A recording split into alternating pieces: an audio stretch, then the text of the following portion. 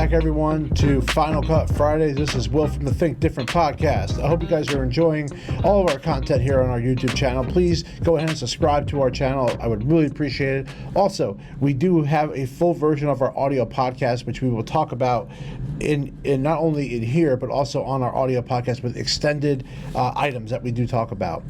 Let's talk about the next feature, which is really the most important thing, importing your footage, because obviously without any footage, you can't do anything.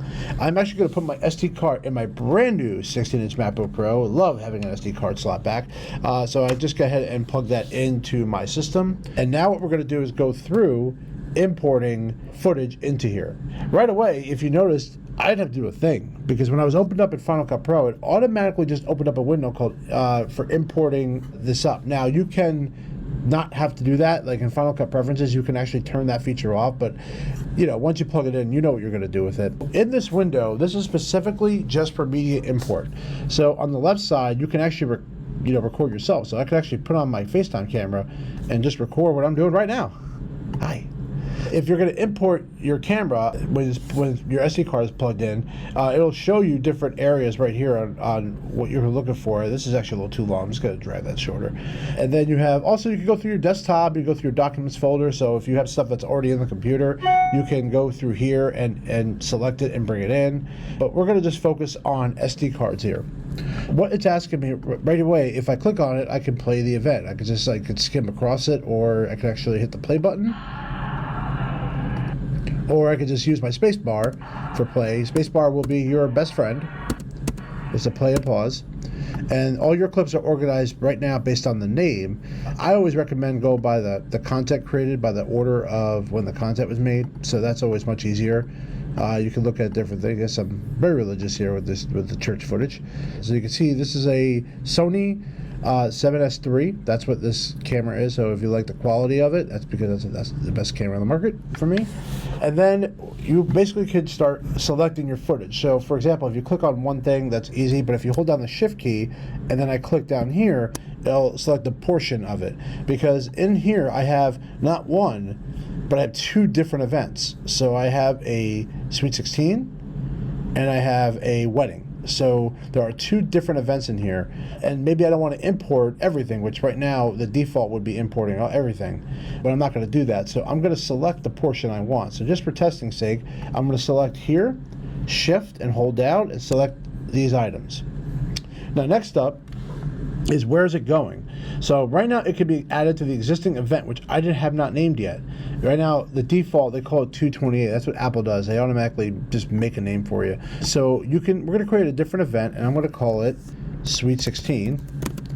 And right now it's going to import it into the Final Cut Friday library. And there could be more than one library open right now. So right now there's only one, but there would be multiple choices here if I had more than one library. You can copy to the library, but you notice this is grayed out called Leave in Place.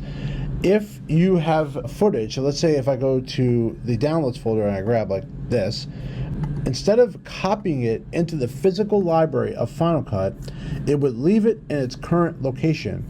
Now, why would someone do that? Well, it's really because of storage reasons. If you don't plan on moving this file out of the downloads folder, then this works out fine. But if you are, then that could present a problem. If you have footage that goes offline and you can't find it, that's because you moved something. And we could actually discuss on how that works, because that happens a lot, especially back in the old Final Cut days. But obviously, when I'm importing footage from an SD card, I'm not going to keep the SD card plugged in, so it's by default laid out. Keywords are not here as well, and that's again another feature if you have something already here. So again, if you use the feature tags inside of Finder, you can do that. Or if you want to take whatever the folder name was, this would be great if footage is given to you, and then you can rename it, and then that would be great, because then you'll see the keyword collection in there. It'll make a keyword by default.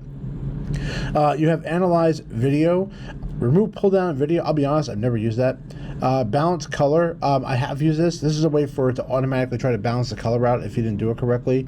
They have find people, so you can create a smart search for like people who are just one person frame, a group of people. We'll turn that on just so you can see what it looks like for the pieces of footage I'm going to be bringing in, just so that way you can see everything. I don't use it very often, to be honest. I'm not a big fan of it. I don't know. It's going to be great for professional productions, but for like what I do, it's not necessary. Transcode, this is a fun one. So transcode, and I'm just using my arrow. As you can see, as I leave my arrow on it, it tells us what it's going to do. It's going to select to create a high quality copy for media for optimizing editing, encoded as Apple ProRes 422. Apple ProRes 422 is the best encoded format working inside of Final Cut Pro. It is going to be very smooth.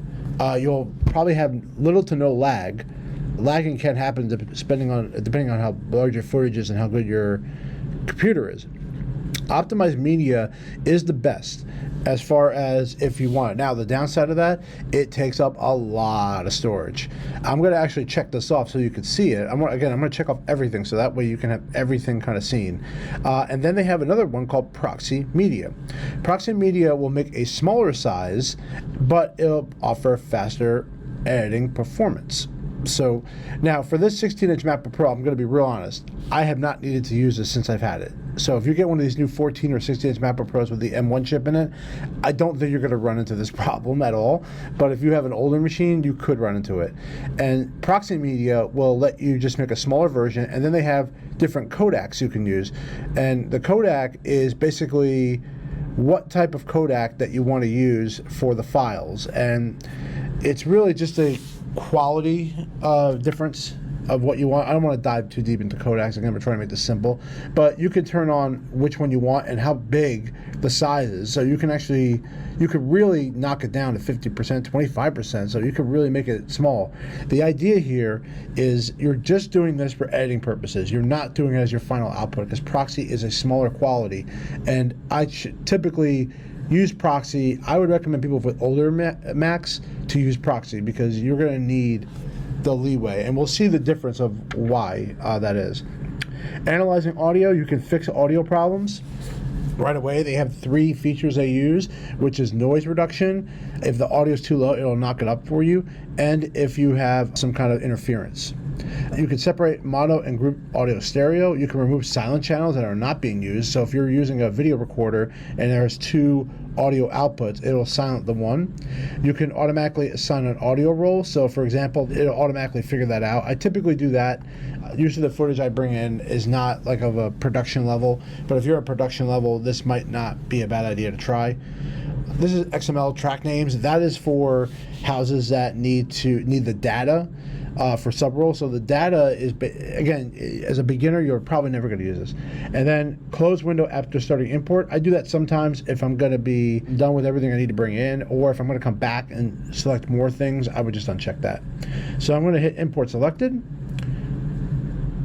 and we'll let it do its work. Now, you can see little icons being shown up here, and also up here, very important, background tasks. You can see this happening in the background, the importing of all the footage. And it's already done, so as you can see, it's really quick. And now it's performing the transcoding because I told it to bounce the audio, I told it to bounce the video, and it's doing all this in the background. If you're moving around, you'll notice that this pauses everything. So you can't move anything around for this to be done. So just important to realize that if you're working, you will delay yourself, which is why when you're importing footage, I strongly recommend just not doing anything. Let it import and then go away. That's my advice to you.